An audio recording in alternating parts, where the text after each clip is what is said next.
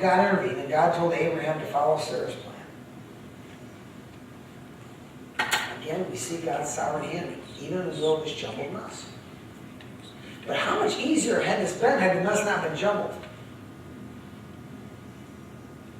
It would have been so much easier. Then they get out to the wilderness of Beersheba. Ishmael, the 16-year-old, and his mom. They're alone. They're homeless. She's got a horrible reputation. What happens? In 14 through 21, we see that God protects and provides for outcasts. Now, Abraham and Sarah sent Ishmael away. And God specifically in his sovereignty had them do that. He told Abraham, do this as a sign to protect Isaac. Because if this is what Ishmael was doing at 16, what was he going to do at 30 or at 40? But it wasn't an abandonment of Ishmael. Get that, folks. He wasn't abandoning Ishmael. Twice in this passage, God said that he would make Ishmael a great nation. One time comforting Abraham and the other time comforting Hagar. God kept his promise. We'll talk about that in a moment. But what do we see here? They get out in the middle of the forest, and they used up the water that Abraham sent them with. And so now she sets Ishmael down, and she goes a distance away. So she can't see him. Because she said, I don't want to see my son die. And there, the angel of the Lord comes back. Jesus comes back and says, look, God's going to keep his promise to you too.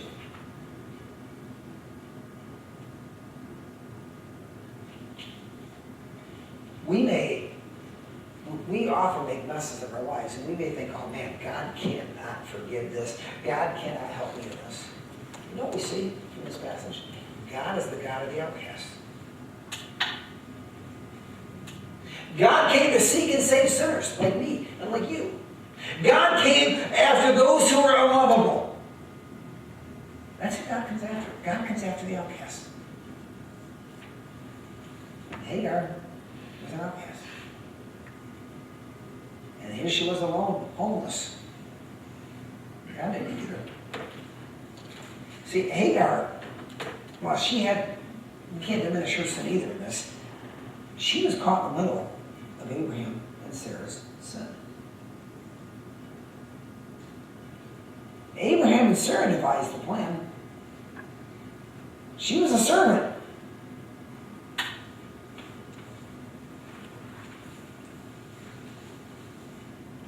Look what the sin did in this mess.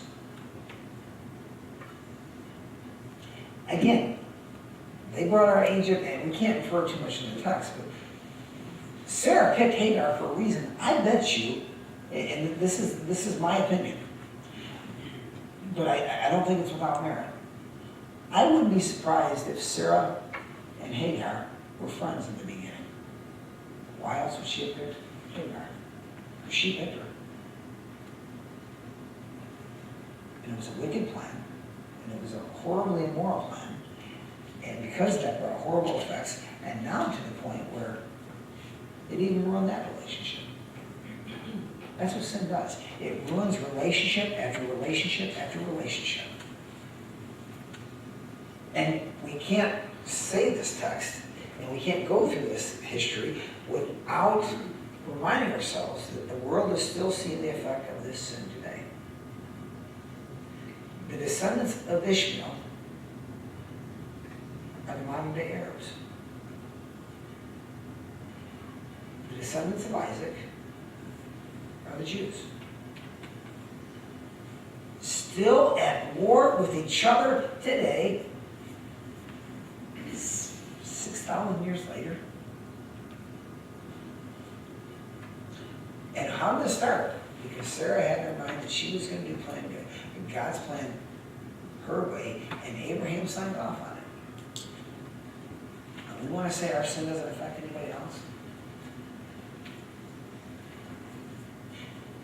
Now, and I think it's also, as I bring up that truth, and it is truth, I think it's also important for us to remember, what's God's solution to this?